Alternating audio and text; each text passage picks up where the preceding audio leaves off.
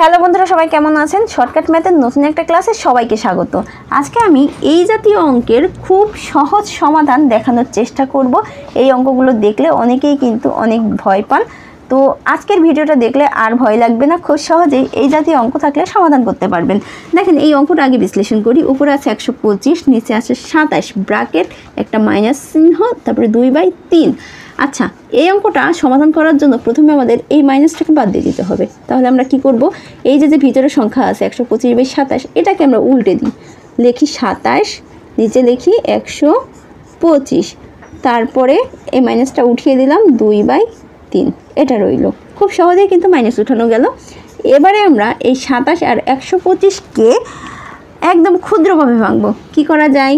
3 গুণ 3 গুণ 3 কত হয়? 27 হয়। তাহলে এই সংখ্যাটা আমরা এইভাবে লিখতে পারি, 3-এর পর কিউব।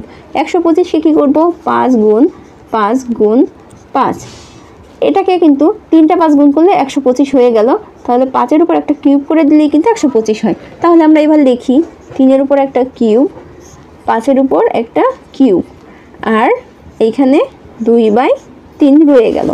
এবারে দেখেন, এই যে ব্র্যাকেটের উপরে 3-এর কিউব, 5-এর কিউব, আর পাওয়ার আছে 2/3, এটা কিন্তু 2টার উপরেই আছে। তাহলে আমরা এইভাবে লিখি 3 কিউব। এই পাওয়ারটা কি হবে?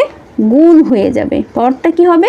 গুণ হয়ে যাবে। কীরকম গুণ হবে? গুণ 2/3, 5 কিউব গুণ 2/3। এই 3 কাটি, এই 3 কাটি। তাহলে উপরে 3-এর উপর কী থাকলো? স্কোয়ার, 5-এর উপর কী থাকলো? স্কোয়ার। 3-এর স্কোয়ার করলে কত হয়? 3 গুণ 3, 3 তিরিখে কত? 9। 5-এর স্কোয়ার করলে কত হয়? 5 গুণ 5, 25। তাহলে এই অঙ্কের সমাধান কত? 9/25। চলুন আমরা আরও একটি এই জাতীয় অঙ্কের সমাধান দেখি। এবারে আমরা এই অঙ্কের সমাধান দেখব। এখানে কি আছে? 216, নিচে আছে 64, অনুরূপভাবে -2/3 দেওয়া আছে। এই অঙ্কটা আগের মতোই করা যাবে। দেখেন, প্রথমে এই মাইনাসটা উঠাবো। এর জন্য কী করব? এই সংখ্যাটাকে পরিবর্তন করে দেবো, উল্টে দিব। আগে লিখলাম 64, নিচে লিখলাম 216, মাইনাসটা উঠে গেল, 2/3 হয়ে গেল। এবারে এখন 64কে আমরা কিউব করব। কতর কিউব করব? 4-এর কিউব করলে কত হয়? 64 হয়। তাহলে 4-এর কিউব করি। এখন 216কে আমরা কিউব করব। 6-এর যদি কিউব করি 216 হয়। 6-এর কিউব করলাম। এবারে কি করব দেখেন তো, এই অঙ্কটা মানে এই পাওয়ারটা এখানেই গুণ করে দেব, 2/3 গুণ 2/3।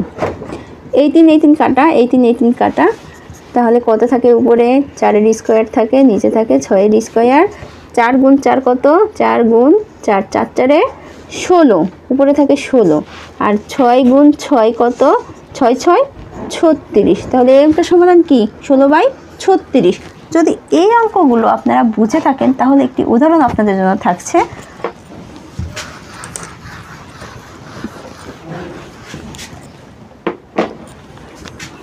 (343) নিচে যাবে 27।